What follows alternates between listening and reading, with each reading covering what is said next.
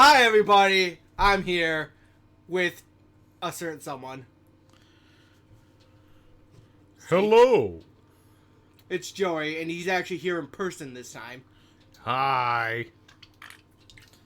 We're breaking the COVID rules. That He's was here. such a slurpy sounding fucking soda drink. Okay, as you can tell by the slippery sound soda drink, this is maximum casual mode right now. Yeah, no, we fucking care.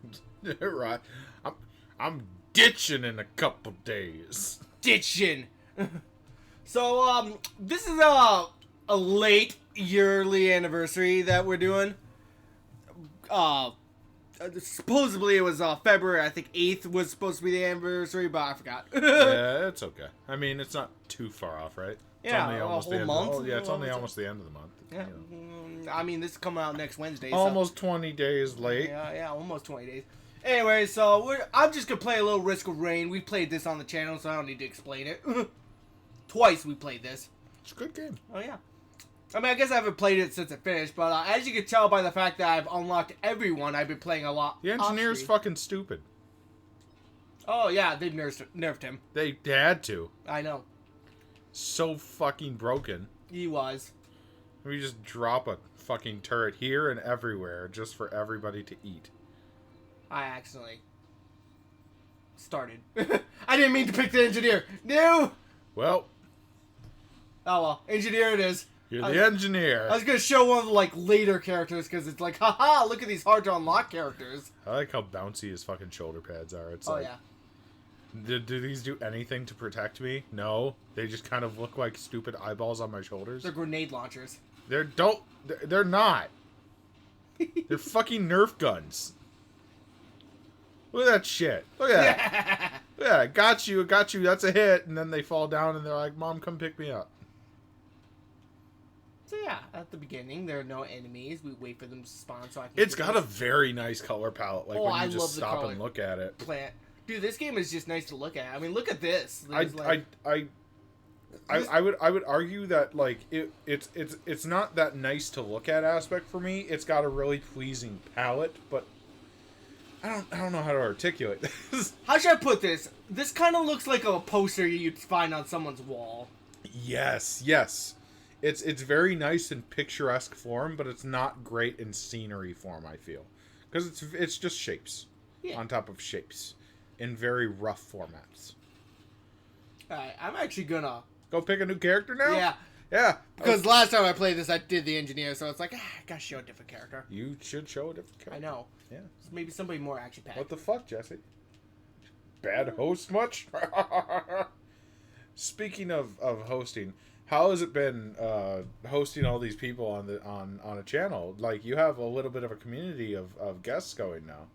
All these different people, it's been kind of fun, actually, having a variety of people showing, off their, different ideas, different jokes, different,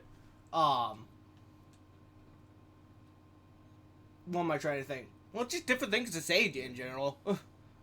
I can feel that. I can definitely feel that. It's definitely shown how much you've grown, that you can basically just kind of...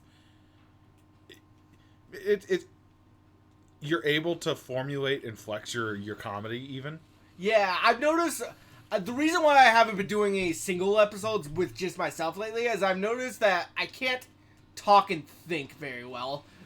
It's challenging, and that's okay. Like, there are a lot of Let's Players and people who play games that I watch that also have trouble with that. Like, either of the Game Grumps. Oh, yeah. Like, Aaron sucks alone. Dan is enjoyable for a completely different reason. He's kind of like ASMR. He's sleepy time. But Aaron is a great showcase of that whole thing, where he can't think and talk. And I think having someone else's voice allows me to think while they talk, and then when I talk, I can just... Yeah, it prevents a brain clog. Yeah. Yeah, no, that's good. And then I think another thing in regards to having multiple people is it's helped my scheduling a lot better, because, like, if say you're not available, I can get somebody else. Right. Because I have more people. If Cody and Dylan have been really good because we have like a weekday stuff. But even if they're not available, I could be like, you know what? Maybe this week I'll get Izzy in on an episode or something. Heck yeah. And like, usually they're usually available. I'd say I'm the least available of all of them at the moment, and that's sadly because of the situation I'm in. But hopefully that will change. Yeah, in case you're wondering why we did one episode of Falspawn Kingdom and then none at all, it's just like, because Joey's a busy boy.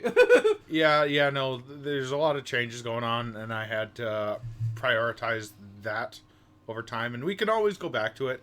We're like, I look forward to playing more Falspawn Kingdom with Jesse. I look forward to playing more Ace Attorney with Jesse. Oh yeah, we're definitely not done with that one. That one's definitely, Those are on the back burner, but Yeah. they're really, really fun for us. Like, Ace Attorney allows us to do that thing that we were just talking about. What we're doing right now is just talking. Having a good time. Oh, yeah. I've always thought that this would, like, it's... Finding games where you can shut your brain off and just talk feels better than a podcast to me. Oh, yeah. And I think for me is, what am I trying to say? Is I like the visual of like games. I podcast a lot of YouTubers Let's Plays I watch. In case you're wondering how I could watch so many if I ever talk about like other Let's Players, I have a lot of Let's Players I watch, but I do it while I play video games because although I'm doing it podcast style, the game gives them a lot to talk about. Definitely. It gives a visual medium to back up the conversation points. And that's kind of why I've always, like, don't mind doing, like, 30-minute or hour-long videos is because I'm always like, well, they could just podcast it, whatever. Yeah, no, it's one of my favorite things. When I go back to the Game Grumps because they're one of my go-tos back in high school. But, like, when they released that, like, what was it, an hour-and-a-half episode of Wind Waker? Yeah. Yeah. That was their first, like, long-ass video. And I just, like, would listen to it and just relax, man. Heck, they've been playing Danganronpa lately, and I've been like, You're super into that game. That's I love those games. That's just not my cup of tea. I'm gonna be real. Before anybody comes for my neck, because I understand why they're liked.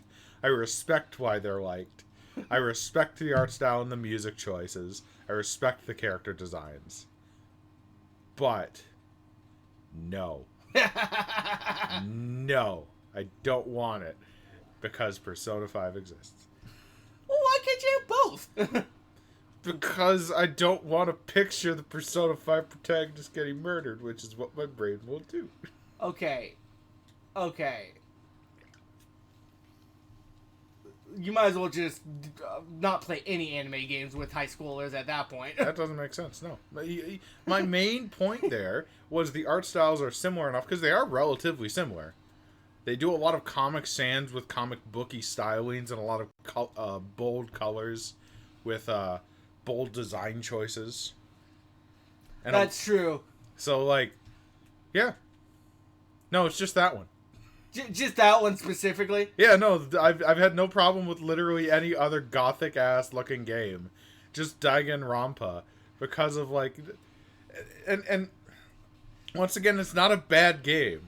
I'm not over here saying it's bad. I'm saying it's a great game. It's not Joey's great game. See, I think that's kind of why I think you should watch Danganronpa. Is because you'd be upset at the Persona thing. Because that's kind of what it is. It's Persona characterizations, but the characters also die, and that makes it more dramatic. Right. I guess that makes sense. God damn. I hear your reason. I'm like, that would be more... That's more of a positive reason why you should play it. But, like... Then I'll be mad. Oh no, character I like is dead. But, I mean... That's a good thing, too. Mad is entertaining in its own way. You'll be talking about it for years. You'll be like, God, that character I liked died, and it'll be a thing, and you'll be all part of the discussions and stuff. But, like, I can just watch, like, Lost or something for that.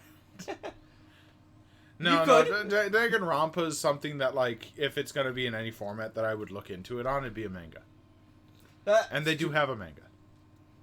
They also have a really terrible anime. Of course they do. So does Persona 5.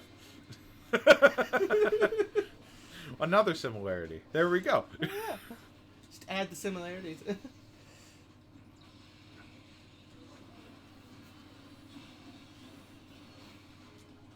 But yeah. So yeah, I kind of almost don't want to do. I was thinking of like if I ever want to do a Danganronpa series, I'm like, who would I do it with? Because a lot of the friends I would want to do it have already played it, and that's one of those games where it's blind or no fun. So right now you're fishing for me to play Danganronpa with you. A little bit. It's like because like the Ace Attorney games, it's like blind or get out. Ace Attorney games, I feel like it's fun when you know a little bit. A little bit, and I because I haven't played the original one in such a long time, I've forgotten a lot of the details. Oh, so you're just a big lizard boy. Oh yeah, he shoots poison and stuff. And gum lizard. So, what was your favorite playthrough? Of this year? No, just let's go with in general, and then let's narrow it down to this year. So, what's your favorite playthrough you've ever done so far? Because you've done a lot. So, for me, and this is a little selfish because nobody's part of it, I always say my favorite is still the Paper Mario one. Because that was obviously my first Let's Play. And looking back on it, it turned out really well. Like, for the first Let's Play, I'm like, God, that was really good. It was really good for a first Let's Play. It's something that I would have watched, and this is meant as a compliment, back in 2008 when I started watching YouTube Let's Plays. Because that's a big deal. That's my barrier of entry, and I watch a lot of YouTube stuff. Like, I always have 25 tabs open. I watch a lot of YouTube. And I'm glad you say that because back then I had no idea how to make a good quality video. Yeah. I mean, you know what's funny? You're already better quality than most of the 08 people because they didn't have any fucking capture cards or any of that shit. I still don't have a capture card. Oh, but you can capture it without having to like take a video camera to your screen. That's true. Like that was what it was like back then. But I think you're saying back then. Unfortunately, we're kind of dealing with today's crowd. Yeah, no, that's where it comes in where you've gotten better over time, though, right? That's true. I still need to work on my audio mixing and stuff. I noticed my last 2 episodes of Wario, I actually had the volume too quiet. And I actually find like the more you explore with the editing software, the more funny shit you can do with editing. So editing is hard because it takes a really long time. Yes. Depending on what it is, and I'm trying to get to the point where I'm making more videos instead of well animated ones is kind of where I want to go, because for me, I don't need to be Barry, all right, if we're talking Game Grumps. I get what you're saying, but have you ever thought about like maybe having because you don't need 20 in each episode like Barry does, right? No. But like 1 or 2. Maybe I'll think about that. I'm always trying to think like because it's a good point that I do need to practice it to a certain extent. That's why I was going to point out is it's always good to practice, and all that will do is make the videos more interesting. That's all that'll do. And it's definitely been a thought. It's just, it's like some days I'm just like, I've been working all day. I'll just quick make this video or something. Which does lead to me sometimes not paying attention to my videos. Yes, if I may. I think that's my worst habit. If I may pose a challenge to you, attempt this challenge every time you're able. Try to put 1 comedy edit. Just one. Just one. Doesn't have to be good. It just has to be an attempt. It has to be something, because that'll get you going. You know. All right. Now, what was your favorite gameplay of this year? Gameplay. The BioShock was definitely my favorite, because I went into that Let's Play being like, I'm going to show Cody this fantastic game that had a narrative that everybody was shocked about, because everybody was shocked about BioShock. Nobody had a mind control gameplay twist like that in the mainstream that I can think of. System Shock. Aside from System Shock, because everybody was comparing that game to System Shock. Well, it was developed by the same developer. Yeah, same developer. It was a spiritual successor, if I'm correct. So, I went into that gameplay being like, I'm going to show Cody all this. we since that game's a little old, it's a little bit more jank than I remembered. And instead of going in taking it all seriously, we took the absolute piss out of that game. Man, I'm gonna be real. I'm gonna be real with you. Like, in between the 3 BioShock video games, right? Don't at me. Don't at me. In terms of gameplay, let's be real. Like third one's best. I prefer the second one myself. Infinite's got some of the best gameplay because you can mix up so much shit, and you can add different add-ons to your character. And the plasmids, I hate saying this, aren't as good as the Vigors because of the variations that you can do with the Vigors. See, a lot of what you're saying also applies to 2, though, compared to 1. Except for the fact that it's so much slower. Because it's so slow. It's because you're a big daddy, though, and I get that's a power trip, and that's why I was going to say 2 objectively is the best one in my opinion, because of all of the parts coming together to make fucking sense. Because let's be real, Infinite doesn't make fucking sense. That's true. I didn't like Infinite story. Like Burial at Sea, that was great. That made total sense, and it was cool, and it was dark, and it was great. I haven't played Burial at Sea yet, but I've heard the story, so I kind of got the idea. But it hits you a lot harder when you see it. Yeah, is what I'll say. It's worth a play. BioShock 1 has not aged well. No, it has not. As the playthrough has proven. Like any of it. And I'll be real, like, I think the twist still kind of ages pretty well, although it's. I actually am gonna pivot back here. Burial at Sea is inferior to Minerva's Den. Oh, that's true. Actually, I haven't played that DLC either. I haven't played any BioShock DLC. God damn it! God Jesse. damn! The fuck is wrong with you saying well, BioShock? Back then I wasn't really buying DLC, and it was like I was too young, and I'm like, I know, you're right. I'm stupid. I'm sorry. It's like DLC was a new concept. I didn't really have a card of my own. It was still relatively new, and people were like, "Oh, I don't trust this." It's not that I didn't trust it. It's that like I didn't want to use my mom's card. I didn't have a card of my own. I only had cash. That was straight up. Oh, I know, but that was like everybody at the beginning of DLC. It's like I don't trust this. I only trust box arts. But yeah, if I had to pick a favorite playthrough, it'd definitely be that one. That's a good choice. What's a game that you want to play through more than any other game? That and like. For some reason, you can't do it. So we did just talk about Danganronpa. Okay. let me shift the question's framing then. What's a game that you know you'll never be able to play? Because Danganronpa is in the realm of possibility still. I'm gonna put that out there. That's true. A nice little tantalizing testicle tickle. See, I'm trying to think because when it comes to Let's Playing, it's mostly like. I can't do console games yet because I still don't have like an Elgato or anything, right? So I'm trying to think of like what can I not play, and I think eventually I could probably play just about any game I want. I think the only real barriers are: is this game kind of boring to watch? Well, my question was pertaining more to you personally, Jesse. What is your game that you need to play? Would it be Thousand Year Door? That I need to play? Oh, I'm definitely playing Thousand Year Door sometime. Or would it be, I forget, are you the Pikmin guy? Yeah. Would it be Pikmin? Oh yeah, I'll definitely play Pikmin at some point. Like which one, because, like, I just pointed out a Nintendo one. That one's going to be almost impossible without an Elgato. And Nintendo, also. Oh, Nintendo will fight. Well... Nintendo keeps going back and forth on whether they'll fight or not. They'll lay off for like several months and then they'll come back. I'm going to point something out to you. Do you know why they were so lenient back when the Wii U was out? Why? Because it didn't sell anything. So they had to be nice. That's true. You know why they aren't nice right now? Because the Switch is out. It's one of the highest selling consoles of all time.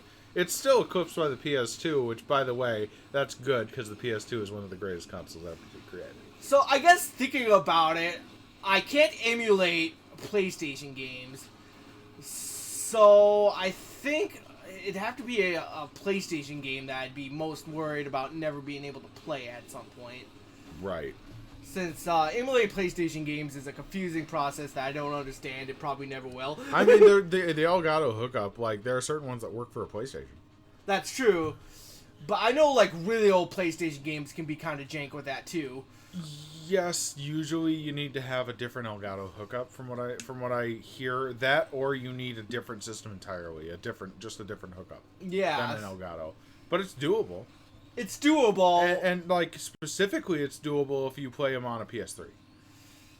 But then I think to myself, it's like, do I really want to do it, though? Because that sounds like a lot of hassle. I'm kind of lazy. That's fair. That's fair. All right. Next question. I gotta know. Who's your favorite co-host? No, I'm lying. That's not my question.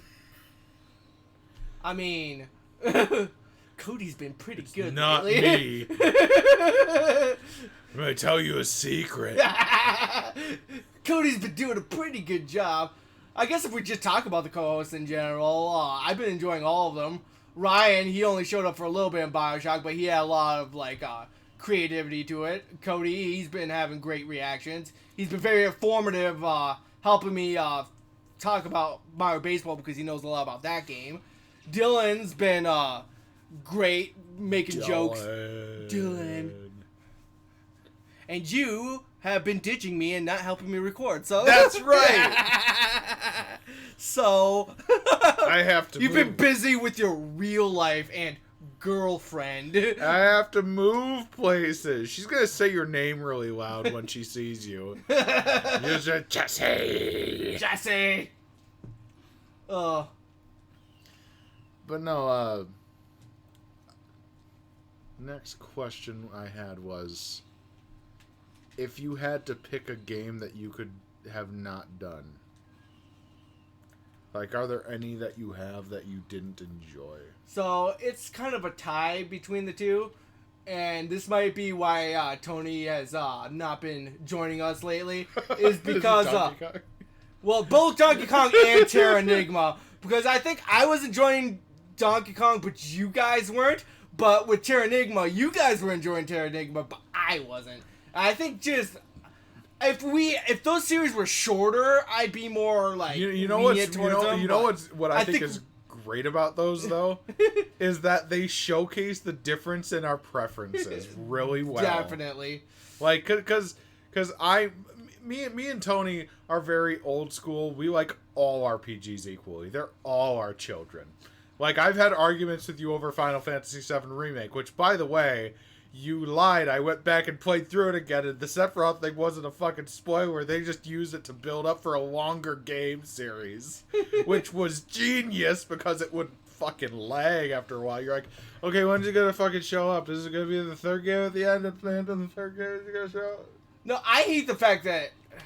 Okay, see, now we gotta get in Final Fantasy VII spoilers, so we're not gonna argue about this. We can't argue about this here. But I just want to say, they blew the Sephiroth load a little too early to me. I think it was a good idea for them to do that in the revamped story because they established something in it that I will not speak here. Because it is a spoiler to something bigger than the thing everybody's been spoiled on already. But I think back to, like, RPG preferences... I'm one of those people who has trouble, like, forgiving old games in modern times. I'm just like, yeah... Which is strange to me, because you like shit like Red Alert.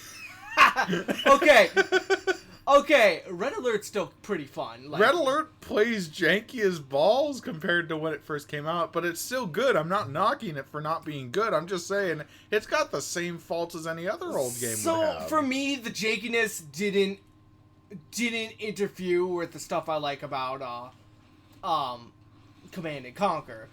With Terra Enigma, a lot of the stuff I enjoy about RPGs, a lot of Terra Enigma's like combat system kind of like kind of bored me with it. Honestly, I mean, you understood the point of the combat system, what it was, right? Yeah, I understood. It was a hybrid of Link to the Past and Secret of Mana. Yeah. Yeah, and anybody who hears that's going to be like, that's genius. And I'm like, yes, it is. But Jesse's like, I don't like Link to the Past or Secret of Mana. So here's my thing about Link to the Past. I never super liked the combat. I just thought it's just something that gets you through the game.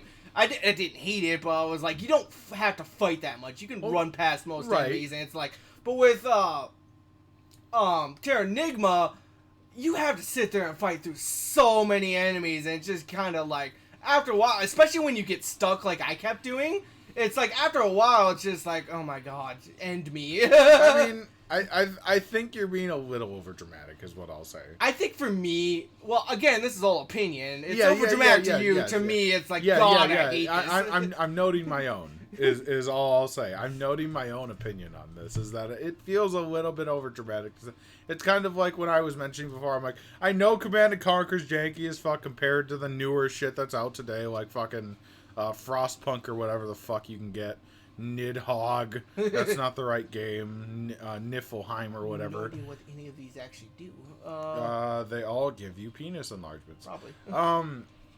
But I recognize it's still a good game, even though it's janky. I can see why people like it, and I actually rewatched the last episode we were, because I was like, how far did we get? It kind of looked like the plot was actually about to start. Because for me, another thing about the plot was, I feel like the plot didn't actually start, okay. And after several hours, I was like, come on, plot. So I'm actually going to tell you this, because you're not going to play it again, probably, far into the future. Probably. So, you're literally just repopulating the world, and then you fight like a bunch of evil organizations that are trying to depopulate the world, run by demons that are run by Surprise. Yeah. Not saying who the Surprise is, but like, you can go to fucking Brooklyn, and then you can go to Japan. You can go to all this shit. I mean, we went to Japan in the series. So yeah, no, like it's all that. You can go to all these places. You can go all around the country. It's basically, you know how I've told you like Crystallis is my favorite NES game. Yeah. How it's have I ever told you why? Why? Because it's kind of a mix of Cyberpunk meets Final Fantasy meets Link to the Past, and that's on the NES. So that's really good. And it's smooth, and it's got solid it's got Zelda combat, right? But you can also charge up your weapon and shoot different flavored beams. That's what I'll call it. It's like lightning beam, wind beam. Okay, just real quick as a side as yes. to why I have trouble with the and this is something like past Jesse would hate current Jesse for saying. Graphics in newer games, it's like somebody, you told me, you described the like Cyberpunk meets stuff, and like I'm sure that shows in the graphics and stuff, but like I think about that. It looks purple, and that's it. Yeah, to me, it's gonna be like it just looks purple. Yeah, no. I get it. Like I can't get that aesthetic anymore from nothing. You're not an assumer in the visual medium anymore. No, I know. Like I said, past Jesse used to be like, oh, who cares if the graphics are ugly as long as the game's fun. But for me, it's like I can't get into. I guess I could still get into if the gameplay was like the main focus of it, but when it comes to like a story aspect, like if it's like Terranigma, it's like you run through Tokyo, I'm like, it kind of just looks like any other JRPG background. Yeah, no, at this point, it's like I like them both, but like if I like the only one I'd be willing to get rid of is graphics, is what I'd say. Yeah, like because I'm willing to get rid of because Enter the Gungeon's fun as fuck. Oh yeah, that's 8. That's what's that 8? 16.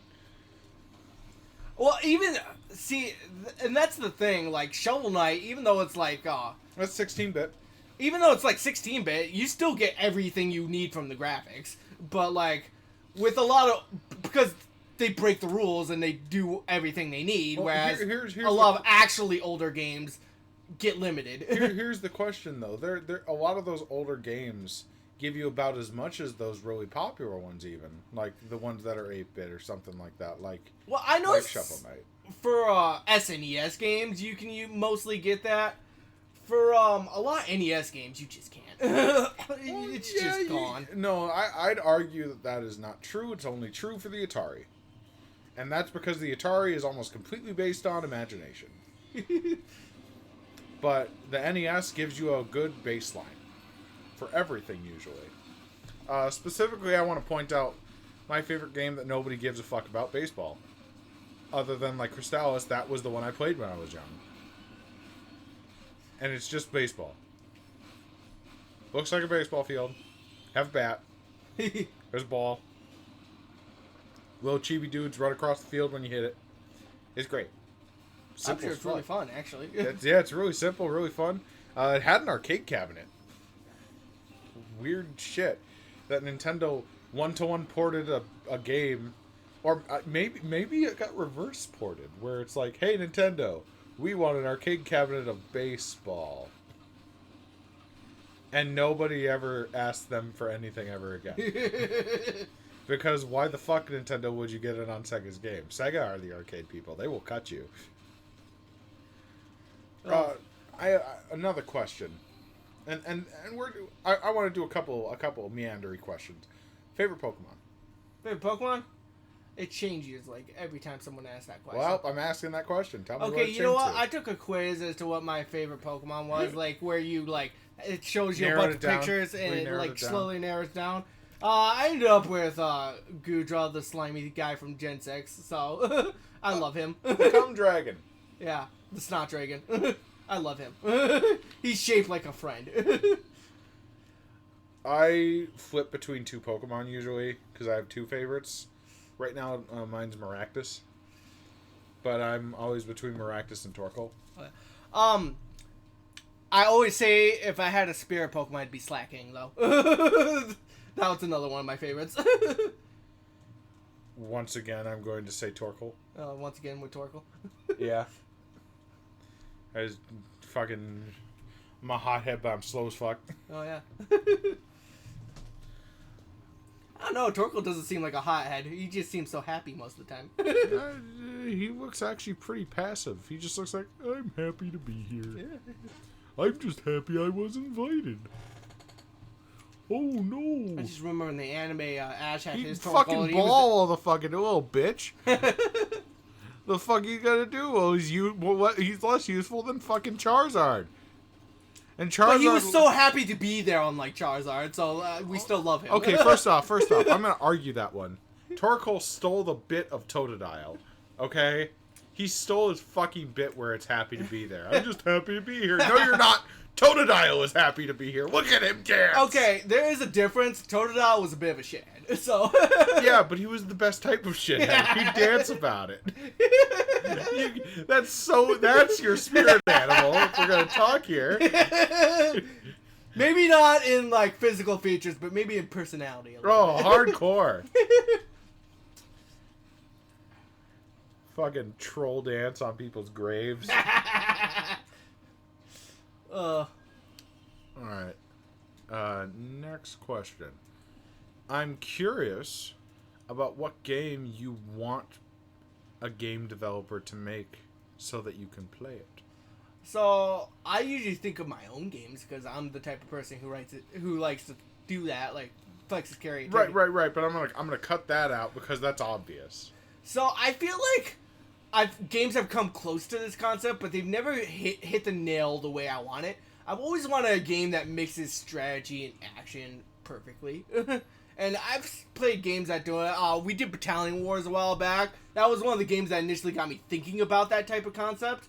It obviously didn't hit the nail on the head, but it got me thinking about it when I first played it. I feel like Valkyrie Chronicles almost perfected it. Kind of, but... like, as I said, almost. It didn't do it because there wasn't a lot of action with it. Yeah, like... Persona 5 Strikers seems to be doing pretty good at it. I haven't played it yet. I was gonna finish Royale because I'm a little tired of money right now, and I got Bravely Default I want to play also. Very good. So I was gonna play Royale, and then when I get my PS5, which I'm gonna be getting soon, then I'll get Strikers. That's something to look forward to. Oh yeah, because it's been played by another mutual friend, and they stated that was one of the good parts of it is that it plays more like a Persona game than you'd think.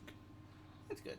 So yeah, I've never the Warriors games in general have gotten close. I know the Empire's games have gotten close. Games are pretty bare bones usually. A little bit bare bones. There are some complicated ones, but not a lot. But I know they had the Dragon Quest one, which was like a tower defense. That one came pretty good. The Fire Emblem one. I hate the Fire Emblem one. The Fire Emblem one failed on so what many a aspects. Fucking waste of potential. You were there when I screamed at you that I was excited. Oh, I know. And the thing is, the way you move your characters around the map is kind of what I wanted from a Warriors game. Unfortunately, they shit the bed with it. I was like, God damn it, you were so close to what I wanted. They didn't have enough characters. They didn't have enough variation in everything. They didn't have enough different looking weapons. Oh, yeah. They didn't have enough styles of combat for each weapon type. So basically, they did the one thing I really wanted in the game and then shit the bed on everything else. Literally everything else that they needed to do to make it good. They included Lindis, but she fights the same as Navarre. Fucking what? Ugh. So, yeah, they shit the bed on that one. That was a mini rant. Oh, trust me, one day on camera, I will give you my Xenoblade Chronicles X rant. It is glorious, it is long. Boy, oh boy, you will hate that game after I'm done. You I don't care if you like the game, you're gonna hate it when I'm done. You want to know something funny? You already gave me the rant when we went to go and shop for games. I gave you part of the rant. I gave you, rant light, my friend. Rant light. Yes. How do you feel about the new Smash characters? Smash games? Smash characters. Oh, characters. I was like, Ultimate? That's been a while. Because, if it was only one of them, I would have been annoyed. But, they're giving us 2 for 1. Fuck it. No, I'm not going to be mad at that. So, you're talking about Pyra and Mythra? I'm like, yeah, I kind of expected them because Sakurai literally said you want a Xenoblade rap, but didn't have time. And then they announced Fire Pass 2. I'm like, alright, there's going to be a Xenoblade rap. Xenoblade 2 rap. I didn't want it. But I wanted it. I love Xenoblade 2, so. I am not as big a fan of the Xenoblade series, and I feel like there are other games that need more representation from Nintendo. Specifically, and this is one of the popular ones, the only popular one I think that needs to be in there is Ryu Hayabusa. Because he started on Nintendo. That's true. And Bill from Contra. But if we're talking about, other characters before that, I like Sephiroth. Sephiroth is always fun. I always say... Sephiroth was a bad choice. They should have picked Tifa. Well, as I was going to say, they should have definitely spread out the Final Fantasy rep a little bit more, not just Final Fantasy 7. But at the same time, Sakurai said he really loves Sephiroth. That's I'm like, great. I'm going to give Sakurai, because I respect the man, a win. No, I'm going to give him a pass. He had his win. It was Terry. Oh, I died. But yeah, I was going to say, Barrett. Barrett would be cool. Because there are no black people in Smash. There's Steve now. Oh, sorry, Alex. He's got black skin. I showed you it. Doesn't count. I was like, is this racist because he's got the pink lips and stuff? I was like... default black character. Barrett should have been the choice. Not only because he would have been a nice, slow character with a gun, but he's a meaty boy. It would have been nice to have a heavy fucking Final Fantasy character to balance out the very light Cloud. Well, medium Cloud. But, I guess speaking of Steve, I like Minecraft myself, but I think Steve is just fun. I don't care if you like Steve as a character, he's just fun to play as. And I think for me, when I'm choosing, reps and stuff, I'm like, who's fun to play with? Because I think that's ultimately why the anime swordsman is starting to get hated. It's because it's kind of just a generic, mental set. It's not, creative or, And I'm cool with the anime swordsmen, I don't care, but, I can kind of see where they're coming from, where it's starting to get, feel uncreative with it. And for me, I'm like, I love creative characters. See, that's... My argument has a little bit more substance than that in terms of what I'm thinking. I think that there were better options than, because legacy characters all come back, so obviously Roy Lucina, all them fuckers. Yeah. And they promised Crom earlier, so they're not going to deny him. But, Byleth, I would have gotten if they allowed you to change classes with your down B. Oh, that'd be cool. But instead, they just have you as a Master of Arms, but you still use a sword primarily. I think that's why I don't like the Fire Emblem reps, is because Fire Emblem is so much more than just the Lord characters, and they only have Lord characters despite having, 10 of them in the game. I'm like... Yeah. It's come on, dude. Yeah, it's definitely not just the Lords that people know. I know, like, people don't like. I don't know. I know, like, Awakening's super popular, but there are other really popular characters in Awakening. The two Black Mage characters I know are super popular in Awakening. They would never put Tharja in there. They wouldn't, the but they same probably reason. put Henry. Yeah, I'm like, sure. No, because he's sadistic. Yeah, but they don't talk in Smash Bros. So what I was thinking is they put Azra from Fates in there probably. that's true. Bring the dancer character. Why not? She's popular. And she uses a Naginata, which is a spear, which would make her the first spear user in Smash. Just I don't know. Let's look at Path of Radiance. Bring a Laku's character in there. Why not? Yeah, I can agree with that. Or even a Manikeep from like Awakening or stuff. Tiki's an assist trophy. I'm Adult like, Tiki. yeah, she would be great and interesting. All you got, well, they'd have to do Child Tiki to make her manageable because otherwise she's going to be that giant form. Okay, they can shrink Ridley. They can shrink the giant form, but Well, it's the scaling thing because she transforms while Ridley just is. You know what I mean? So they can just shrink Ridley because he won't transform into anything else. But I think like gameplay wise, that'd be interesting. Having a character who's really weak, like really weak, and then becomes ultra. But they kind of did it with Joker, but I'm trying to think like a more extreme version of it.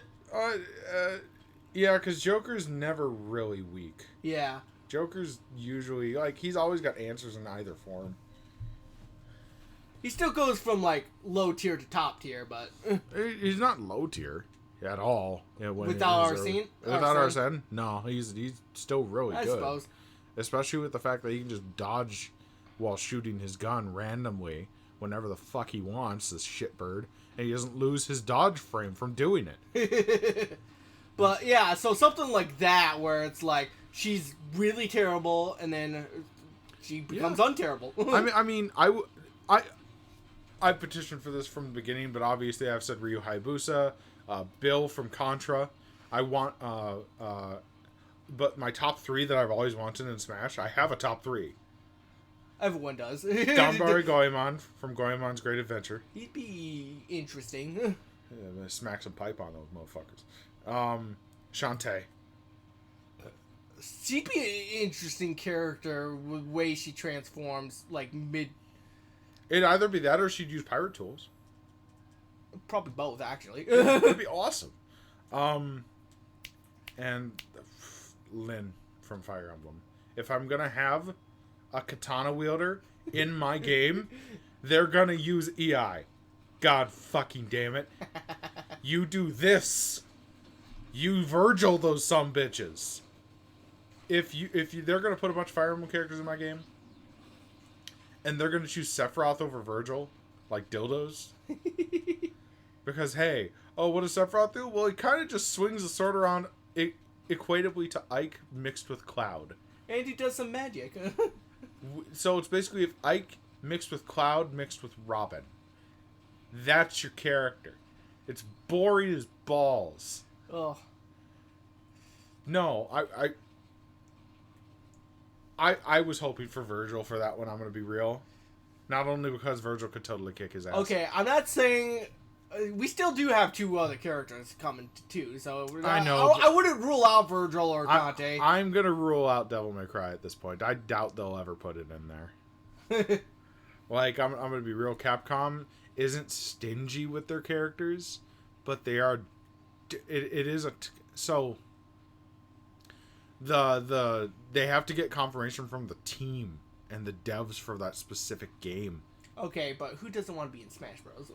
There are quite a few people that don't. I suppose. Yeah, they exist. That might be why we didn't get Monster Hunter ever, which would have been great if we got that. I'm surprised we haven't gotten a monster character yet. Yeah. I always said like, okay, maybe you can't bring like a full monster. Bring a Palico in. Yeah. That'd be weird and fun. Yeah, be a fucking kitty. Slap people around like kitty. It's weird that we got the Rathalos, but not an actual character or even an assist trophy. Oh, well, we got the Rathian assist trophy. Remember? Oh yeah, well, it's the boss. Oh no, yeah, but it's both. You can summon it. Yeah. That's all we got for Monster Hunter, but that's all we got is the problem. Why can I not be a Monster Hunter and fight that motherfucker? How fun would that? It's like if they didn't have Simon or Trevor or sorry, Simon or Richter, but they had the Dracula's castle boss fight. I thought Richter was a boring Belmont choice. I'm not gonna lie. It was not. He's second most well known next to Simon. Yeah, but he's so similar to Simon. No, he's not. My brain. Oh, well, I mean, in terms of gameplay, yeah, because he's an Echo Fighter, but, like, in terms of character development, no, he's not. I guess you're right. Plays Symphony of the Night. He's actually much more well-developed. I guess. The only other one who's as well-developed has a TV show about him, and that's Trevor. That's what I was going to say. They should have brought Trevor because of the TV show. They probably didn't pay attention to it, and also, that TV show's gory as balls. I know. They would never do it. Well, so is Bayonetta, but they brought her. Bayonetta is barely bloody. Like, it barely looks like blood. It looks like jewelry that falls out of their asses. Okay, that is almost worse if you ask me, but... No. Because they bought her, too. That's true. Like, they owned her ass at that point. Actually, but Konami still Speaking of owns. owning their ass, how come we haven't seen Travis yet? From No More Heroes. I'm a little surprised he didn't come in yet. Second verse, same as the first. I guess.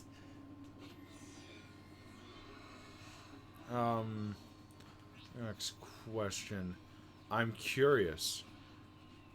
What is your favorite... Well, no, because we already know what your favorite genre is. You've explained it. But, what is your least favorite genre? Joey, you don't want me to answer that question on camera. You know the answer to this. Is it a fighting game? It's fighting games. No! Okay, I'm gonna be completely honest. I don't dislike fighting games. I don't dislike any genre. Well, you just don't play them a lot, and you find the least amount of interest. I think for me, games that take a while to get good at just bore me after a while. That's fair. I don't want to put the 40 hours just to get to the starting line of most fighting games. And so I get bored with them. And it's not like I don't have fun with them. Like, obviously Smash Bros. Is one of my favorite games, and that's a fighting game. Except for Sakurai officially stated it's a party game now, so what? I want to establish for anybody listening, Jesse is not mentioning the fact that the fighting games have different bars for entry. Like, Samurai Showdown is hard, right? Oh, I know different bars, but fucking Street Fighter is medium. But I guess even Street Fighter is a Soul high Calibur, bar to me. So Soul it's Calibur like, is relatively easy. I know, and I was playing Soul Calibur and getting irritated with it the other day, and Joey's like, just go into the training mode. I'm like, the moment you tell me to go in the training mode is the moment I'm sick of this game. See, that's the problem, though. People gotta normalize utilizing training modes in games like that. But I think the moment I have to sit down and train myself is like... That's not a loss, that's a game. That's a game to you, but that's a loss to me. So... Okay, that's a better way to phrase it, because you were about to say that was a loss, and then you just generalized. But no, like... Utilizing it's called the lab for anybody who plays them. It's you go into the lab and you practice a little bit and you're like, okay, what combos connect? How stupid can this character get? Can I cancel out of supers? Can I cancel out of supers? I can cancel out of supers into another super. And it's super invigorating. Well, I think another thing is I have trouble like mentally getting combos into my brain. Yeah, no, they're very instinctual after a certain point for some of them, like muscle memory. But for me, I rarely get instinctual. If you see me play Smash Bros, my best character is Kirby. Here's the thing. Kirby combos are like freeform and like just happen as they happen. Yeah. There's not like instinctual things about them. And you'll see me do that whenever I play any fighting game, is that I don't memorize combos. I hate memorizing combos. See, the thing is, I've been working on combos for Ganondorf. And, like, now I know how to be a really douchebaggy person. Well, more douchebaggy person than I am. because I'm kind of a douchey Ganondorf, and I apologize to anybody that knows this now. But, like, just like with Donkey Kong, I'm like, okay, what combos can I do? Because he has no jumps. And I gotta figure it out. And for other people, it's like, yeah, I love figuring out the combos. For me, I'm just like, I know. Well, I mean, you remember how you were talking earlier, like you podcast certain things? Yeah. Okay, so I podcast certain things, or I talk to somebody while I go into training mode, and it keeps my brain engaged because I have to keep thinking, and I think about what I'm gonna say next.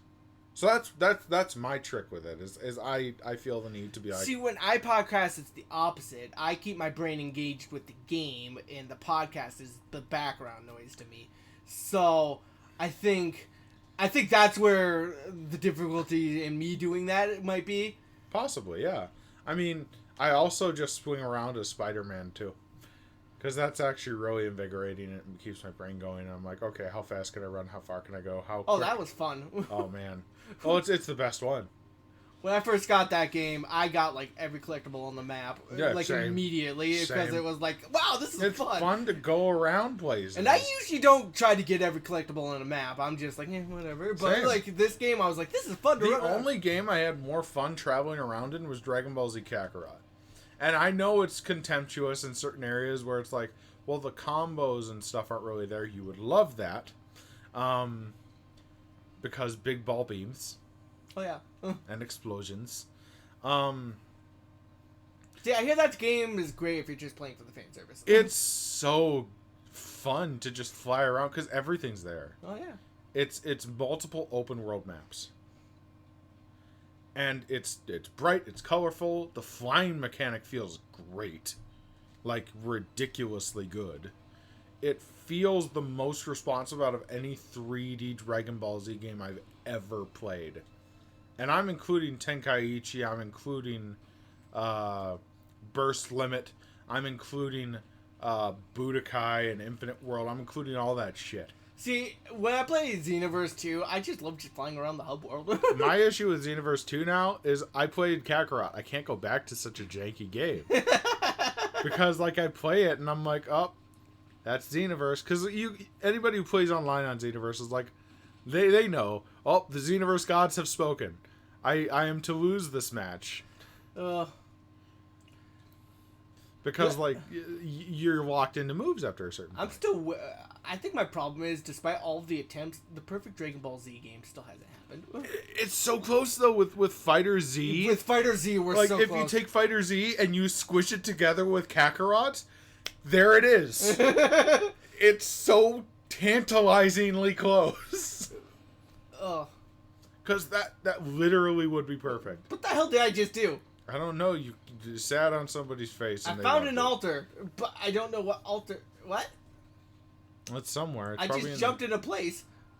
You did it. There's a lot of weird secrets in this game. Success. But I was gonna say, like, have you played World Mission on the Switch? Like Dragon Ball Z Heroes World Mission. That one's the one that does the extended. So if you did not know, you did not know. I'm assuming you didn't know. So after Dragon Ball GT, fans made something called Dragon Ball AF, and that was not canon. But Dragon Ball Heroes, which is based in Dragon Ball Z Online. Oh, I do know Dragon Ball Z Online. I know a little bit about that one. Okay, that started the canon of Dragon Ball Heroes. Yeah. Where Xenoverse spawned out of. Yeah, because that's why there are so many mods and they explain that. So, Raditz and Nappa turned Super Saiyan 3. Yeah. Raditz's hair goes below his feet. See, and Nappa grows a beard. See, that's all the fun fan fiction I love to see in games. Nappa grows a beard and no hair. That's great. It's perfect. Or like King Vegeta's still around. Oh yeah. And like demon gods are a thing. Like they establish demons. They actually have demons and shit. And I'm like, okay, good. Dabura is not just your last try. And then for any demons before that, Jesse, you know how far back you have to go? How far? A Dragon Ball movie. Yeah. Curse of the Blood Rubies. From fucking 1986. Nah. But no, like, if they took that and included that universal shit, that would be a lot of content. And then I would make it constantly updating. That would be the perfect Dragon Ball Z game. I mean, Super's still going on, too, so... It is. But it's not great. Yeah. I don't know, I heard there was an arc that actually went pretty good. People like some of it. But unlike Z, people know what good anime is now. Instead of when Z came out, when we had to get bootlegged VHSs to do it. That's a funny thing, because with Dragon Ball Super, every complaint I heard about Super, I'm like, have you watched the original, like, non-DVD versions of Z? Because every complaint you've said of Super applies to Z. like Z is in its own time cosm. Keep that in mind. That's true, but... Because it's 80s. Did you know that it's 80s to early 90s that it was made? And GT was to the mid-90s? But I don't know, even stuff like bad animation was still a Well, it's thing. not just bad animation. It's bad content. It's dated jokes. Remember General Black? Literally, black man. I was talking Dragon Ball lips. Z, not original Dragon Ball. Oh, no. The entire series is included here in terms of dated shit. If we're talking dated shit, because they're around the same time. That's true. They're all 80s shit. And that's what they suffer from. And that's something we can't necessarily blame them for. And when we do, we point them out, like General Black. Being a black man with big, fat, red lips. Wow. Ooh. Yikes. Oh, isn't he the one who also turned traitor, too? Oh, no, he wasn't a traitor. He found out General Red just wanted to get taller. Oh, that's true. He's like, alright, you stupid, what the fuck? We die for you, and you just want to grow a couple inches, you little bitch? And he killed him. He shot him in the face. But, Super doesn't have that barrier. Because all the complaints, if they mirror Z's in when did it come out? 2014? Yeah. It doesn't have the barrier of being old to hide behind. It's new. It's new. How did they still make the mistakes after everyone was like, hey, why'd you make those mistakes? Because they couldn't fix them when we brought them over here. Because they'd had them for years. Yeah. But, like, I don't know. I think Super has a couple cool transformations. I think one of the main issues with Super is that they didn't make the Super Saiyan God transformations unique to the Saiyans that achieved them. Goku should have been red and Vegeta should have been blue. So I heard in the manga, Vegeta has his own transformation now, so... Oh, he does. So, but I don't know the details on that. Yeah, you're gonna not watch it? Oh, well, when it comes to anime, I will. He does not have a new transformation yet. He's working on one. I'm not going to tell you what it is. But he does have a transformation that's different than Goku now in the anime. Like Goku has UI. Yeah. And Vegeta's like, fuck that shit. And then he becomes blue or Saiyan. Slightly bluer Saiyan. It's beautiful color. No, that was fantastic. It still has great animation when it needs to. Oh, like, it's not even just the animation. It's like if you took a still of that, the blue on that is fucking stunningly beautiful. Well, I've noticed that's true for Dragon Ball in general. I've noticed Dragon Ball's animation isn't as good as its stills, which is weird to say for a fighting show, but... You wanna rethink that? Because there are some stills I could show you, Jesse, that would make you... Here, I'm gonna... Okay, non-keyframes don't fucking count. They've never counted. Anyone who says they count don't know shit. They count. They count. No, they don't. Everybody's like that one picture of Goku where he has the weird face and he's in the background on a non-keyframe. I'm like, yeah, every anime does that. There's not a single anime that hasn't done that. This one has a fair amount, though, Jesse. Like, that. That's really rough. That's more than one frame, too. That's 2 frames. Ugh. See, that was one of the major issues with Super, is they have a lot of those. Like, a lot of characters who are in the background in highly budgeted anime have detail. Because they have budget. Dragon Ball Z is the most prolific anime ever to have been created ever in the history of ever. It's basically the face of anime in America. They have more money than probably God, because they're also backed by Bandai Namco. So I can only assume they can afford to animate everything perfectly if they wanted to. They don't gotta go get Studio Madhouse to do Actually, it for them. I was learning about the animation process of anime. It turns out most animes actually have roughly the same budget. It's actually really down to the animation director whether or not it turns out good or not. That's kind of tragic. Studio Madhouse, though, turns out what it turns out. Why can't they? That's true. Like, Studio Madhouse makes fucking liquid gold every time. Do you want some cheese whiz? And then they poop out some cheese whiz in the form of an anime. A.K.A. Saitama. Saitama. Yes, he is liquid. He is butt cheese whiz. And then they did not give... then they didn't give it season 2 to the back, and then... Oh, they took one of the main anime artists off, and so, like, the art was a little less good. No, they gave it to an entirely different studio in season 2. Did they? Yeah, that's why it's so bad. Oh, it's not terrible. It's just like comparatively, it's so bad. Okay, let's note here for a second, right? Us saying it's so bad. This is how good One Punch Man season 1 is. This is how good season 2 is. The audience can't see that, Joey. Okay, so I'm putting a bar high for both of them. Above his head, both. Yeah, but one of them is lower than the other one. So everything else Studio Madhouse makes is about here at best. Almost all of it. Well, remember, season 2 wasn't even Madhouse. It was a entirely different studio. Oh, like let's not. Oh, I mean, I know, but I'm comparing it to something powerful. Yeah. Right? Madhouse. The only things I can think of that are equatable to the best or the second season of One Punch Man, like Hellsing Ultimate. Hellsing Ultimate was really good. Yeah, and like, I would have put Drifters on the list if they continued the fucking anime. Okay, so Hellsing Ultimate and One Punch Man season 2. Again, as I mentioned, really good stills. Even if they... Well, it's because they were forced to emulate the same style as much as they could. Oh, yeah. And so, emulating that style means that they have to do extra work on the stills. Keyframes on point in those two series. Oh, yes. Oh, yes. Studio Madhouse is an on point... let's just say this. Studio Madhouse is an on point studio in general. Like, oh, yeah. If you want something that looks clean, that's where you go.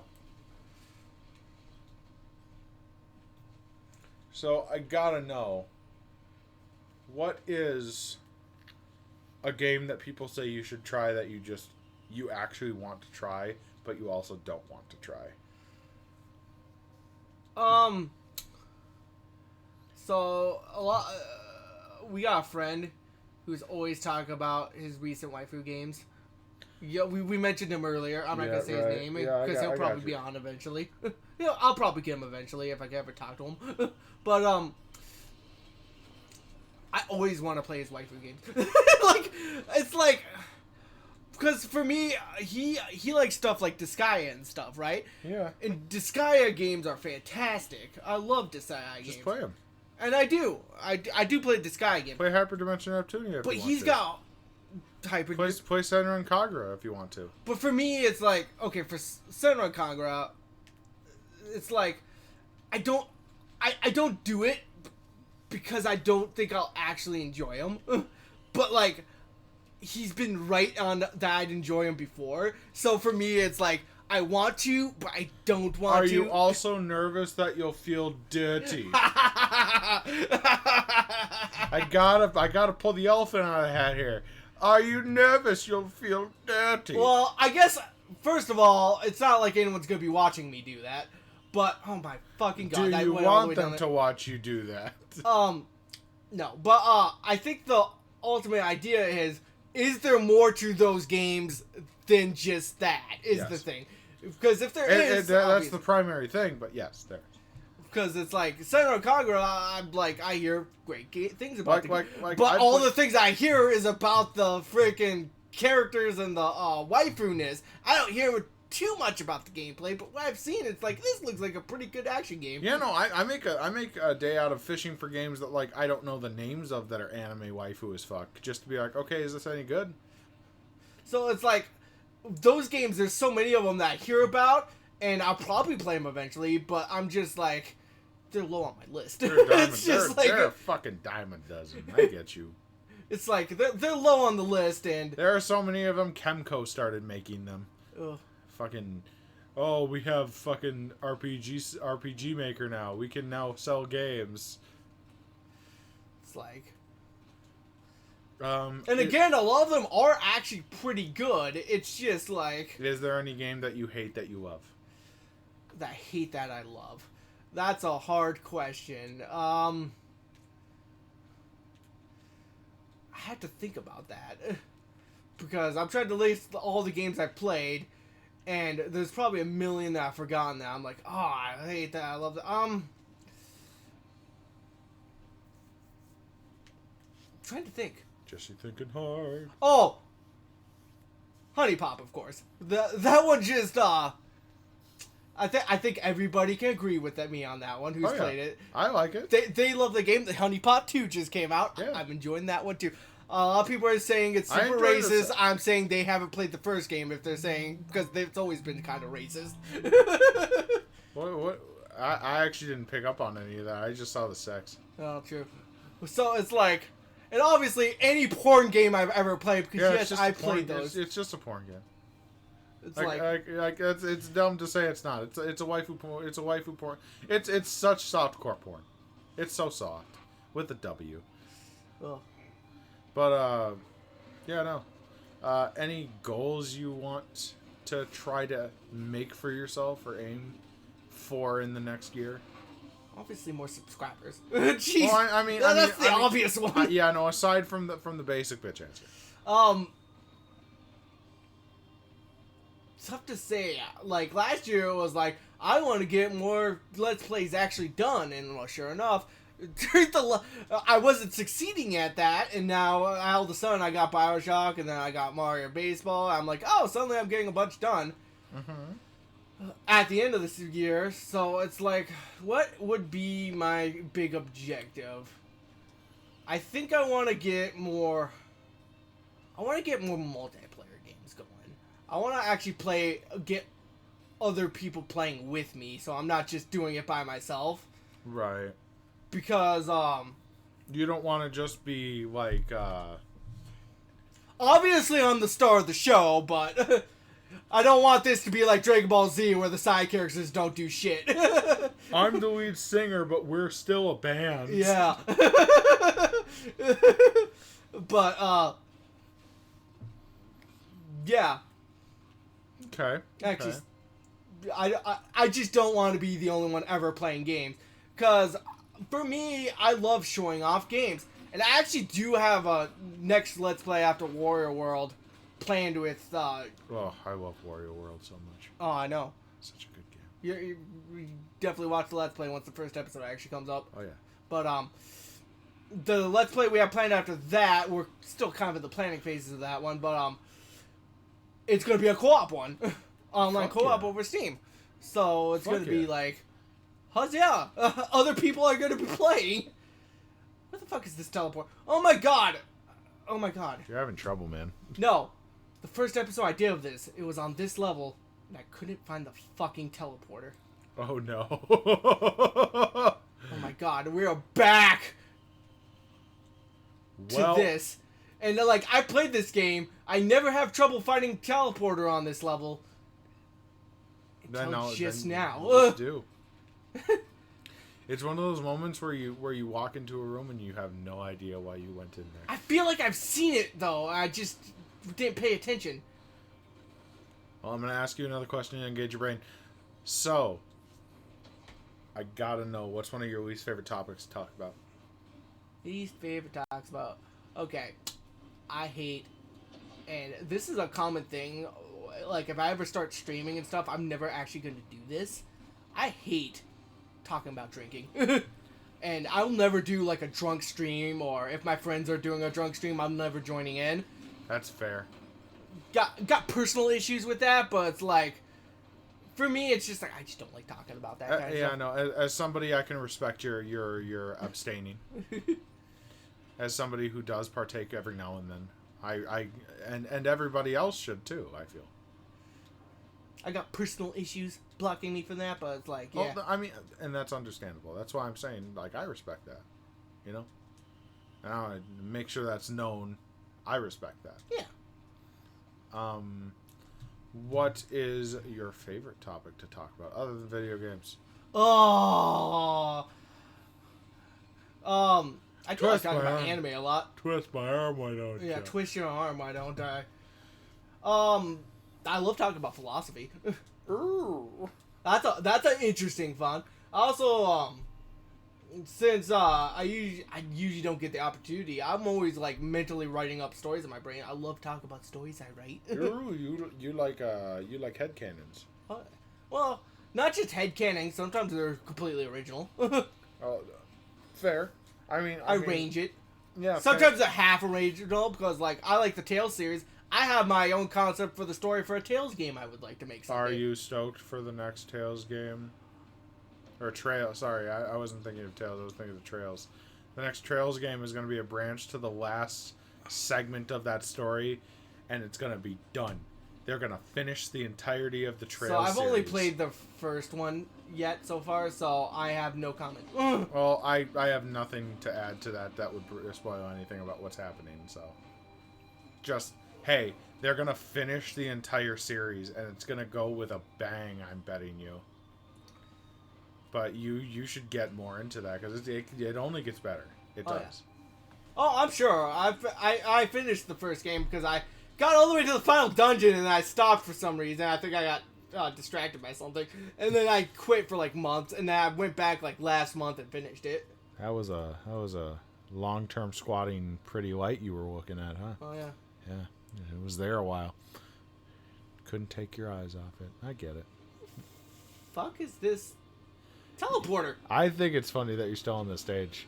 I've been trying to help by covering for you for time and shit. But hey, that's just me. I mean, we've never focused on this game. We'd probably have the same subjects. Fair enough. I mean, do you have any questions for me? Yes. How much wood could a woodchuck chuck if a woodchuck could chuck wood? Enough to build my entire stable. And then cook itself in a frying pan for Wait a myself. minute. Did you find it? Well, here's the red particles that indicate it's near. Is it up top? But I looked up there just now. Is it behind this rock? Is it behind this rock? No, that's not it. Alright. Is it up on top? Wait a minute. That's the teleporter. Motherfucker. That's sneaky I've never as seen it fuck. spawn in here. That's sneaky as fuck, man. Motherfucker. Alright. Magma worm, that's the thing I died to in that one episode. Well, this level just doesn't like your ass. Whatever.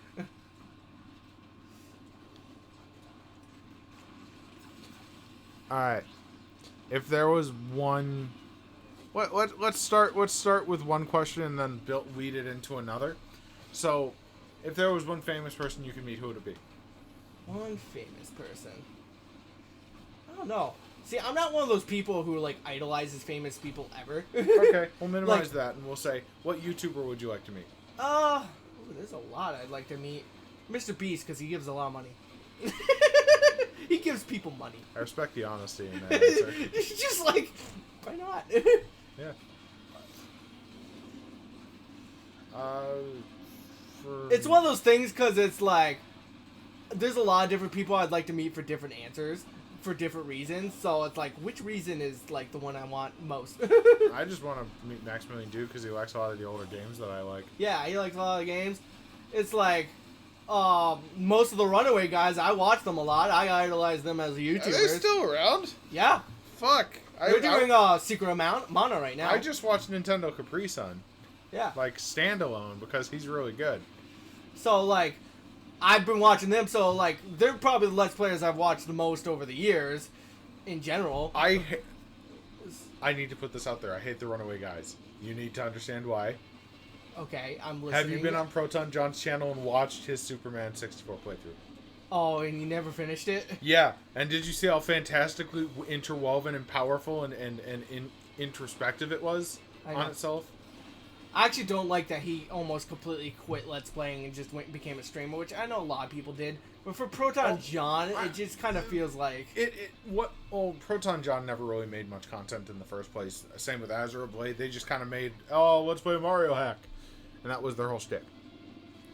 And they played games in between. If I'm going to pick the things that Proton John did good, it was 2 of his later ones. Wario Land. What the fuck killed that worm? I don't know, Jesus. He needed some. But yeah, no, Wario Land and Superman 64. You see how well the production quality was put forth with that? Oh yeah. If he wasn't working on the Runaway Guys or streaming, he could have been one of the greatest YouTubers who did that shit. Because that's I don't think that's been done. Mm-hmm. That level of production quality? Ever. It was like a mixture of a Let's Play and a narrative essay, because you've seen those narrative essays. It was intensely intriguing. Because he went in on a company I had no knowledge of, on a game that I felt the extreme disappointment of, because I rented it. Well, it's also one of those things where it's like you want to blame the developer, but with his research and narrative, it's like, no, it wasn't really the developer's it's fault. WB. Again, fuck you, WB. God damn it. DC versus Mortal Kombat universe all over again, motherfuckers. So it's like, yeah, I know Chugga does a lot of like research and stuff into his. If you've ever watched his stuff, his stuff is good for Pokemon. Like, I really like his Pokemon analysis. His Xenoblade Let's Play is one of my favorite Let's Plays I've ever watched, because that's a game that has a lot to it, and he gets into all of it, which is amazing. I like playing Xenoblade, but I'm not a huge fan. It doesn't make a lot of sense. I'm not a huge fan of it. The narrative doesn't drive me very much. But yeah, so that's kind of why. But just Chugga in general, like Chugga's a good guy. Yeah, he's such a nice guy. And like, I remember back what was when I about to say? I was about to say something about that. I don't remember. I Lost my train. I was just thinking, like, I remember when, like, Crystal Star Studios first came out, because there were no Mario the Thousand Year Door playthroughs on YouTube. Oh, yeah. And their whole channel's purpose originally was to be another one. Basically, like, Slim Kirby was on there and shit. Yeah. And they made a channel of, like, I think it was 7 or 8 guys that flipped between playing games, and it was much more like a podcast playthrough. Kind of like how we're doing right now with just 2, but like they had 8. Yeah. And they play that, and they play other things. It's kind of like the Runaway Guys before the Runaway Guys. All right. But I always felt like they were kind of like them and the Runaway Guys. Those people from those groups were kind of those B-list YouTubers at a certain point. Mm-hmm. And they've always been good. It's just they're not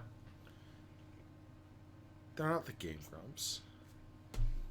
And then, like, you go to A+ with Markiplier, and PewDiePie's down in the fucking pit where he belongs, the Nazi-supporting asshole. God, I don't know. I like Markiplier. Markiplier is fun to watch. Oh, yeah, Markiplier's great. But I don't know why people like PewDiePie so much. Because he hit a narrative before the other ones did. I guess he did it first. And because of that, nobody wants to admit he's kind of a jackhole. Ugh. Sorry to say. But he is. Oh, well. Yeah. Markiplier deserves that spot. He does. But, like, it's only second place. Yeah, second place is still better. It's still better than everyone else. Except for fucking T-Series. A conglomerate of Indian stuff. Multiple channels. Well, anyways, I think we should be done with Risk of Rain here. Oh my goodness. What a good run. Oh yeah. So proud of you, Jesse. I didn't get to the end, which... You've totally beat the game. I have. That's how you unlock this captain character I've been playing as, is beating the game. Well, Captain Commando, because you were bound with your pants down. Yeah. Anyways, so yeah. I hope you enjoyed this episode of Risk of Rain podcast style. Hooray! Hooray! No. And now we're gonna actually play some multiplayer games like I said I wanted to do. We are, and I'm going to die horribly. It's just, you'll see. Anyways, bye everyone!